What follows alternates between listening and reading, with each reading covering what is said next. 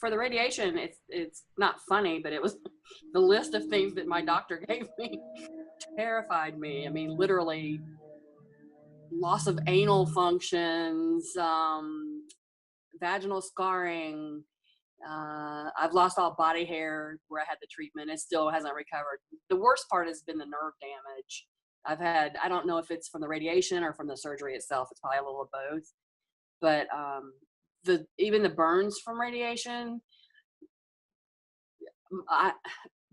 because I had complications with a wound, I didn't do the leg and the groin and abdomen at the same time. I did the leg for 5 weeks, and then I did the groin and abdomen for 6 weeks. And so I don't know if it was better, but the burns were separate and distinct, but they looked horrible. But I was fortunate that the areas where I got them, I had no feeling because they were where I had surgery. And so I didn't have any feeling in the skin. So they healed within a week. I was amazed. I wouldn't have thought what looked like 3rd-degree burns would heal that quickly. But now, of course, for chemo, you know, side effects are horrible. There were a few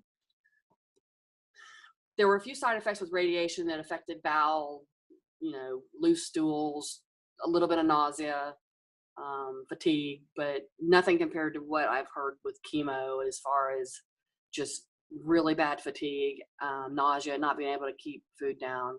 And it may have been the immunotherapy.